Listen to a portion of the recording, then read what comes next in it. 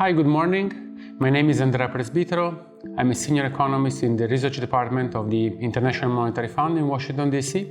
And today we will talk about financial sophistication and redistribution in credit card markets.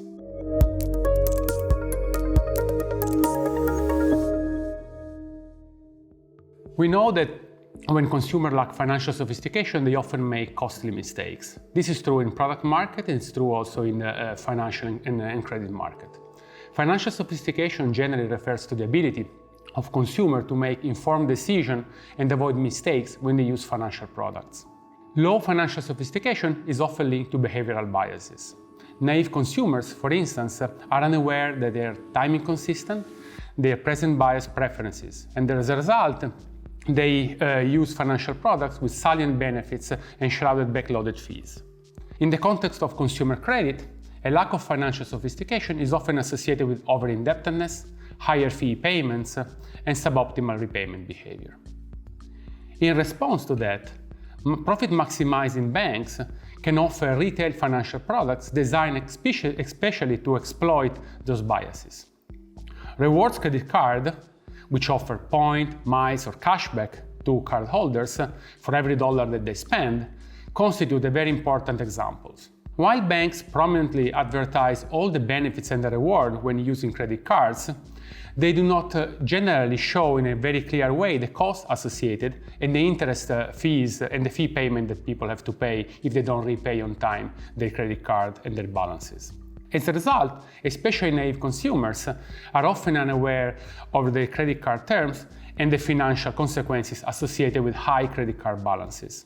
By contrast, sophisticated consumers are less likely to incur interest payments and fee payments.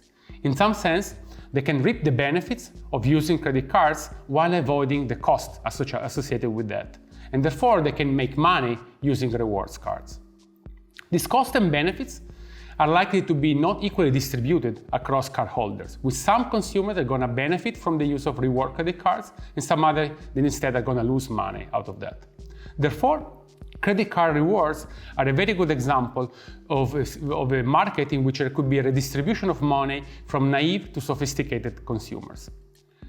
Quantifying the extent of this redistribution in financial markets is generally very difficult. In a recent paper with Sumit Agarwal, Andre Silva and Carlo Vix, we do that, so we want to quantify the redistribution in financial market using very detailed data on credit card in the US.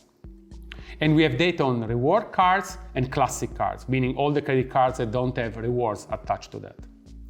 Reward cards are very important in the US market and in other Anglo-Saxon countries. They are very widespread. They account for about 80% of consumer credit and for about 60% of new credit card origination. If we, in 2019, for instance, if we look at the major US bank, they paid out something about $35 billion in credit card rewards. To give you an idea, this is more or less the same size of the entertainment industry. So we're talking about big money. We then compare net rewards as the subcomponents across reward cards and classic cards across the entire FICO distribution. We use FICO score as a measure of financial sophistication, and they are designed to capture borrower creditworthiness and their capacity to repay on time the existing debt. In line with existing studies, therefore, we take this measure of financial sophistication, and we further justify the use of FICO score as a measure of sophistication, showing that they are strongly correlated with financial mistakes that people make when repay their credit cards. For instance, we can actually show that low FICO scores, so less sophisticated people, tend to allocate their repayment on the credit card in a suboptimal way, meaning that they're not repaying first the most expensive cards, but by contrast, they are repaying first the cheapest card. Looking to our results, we find that sophisticated consumers benefit from reward cards at the expense of naive ones. We can also quantify this redistribution at the aggregate level, and we estimate that there is an annual redistribution in the order of about $15 billion. This redistribution is driven both by the cost and the benefit margin of reward cards. Sophisticated consumers spend more money and therefore earn higher rewards, but they also pay less interest payment because basically they pay on time or their balances and they are not what they're called revolvers.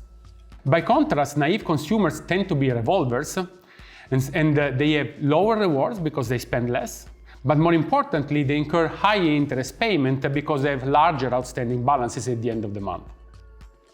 Interestingly, our results are not driven by income, in the sense that they are valid even if we look within a group of generally high-income individuals.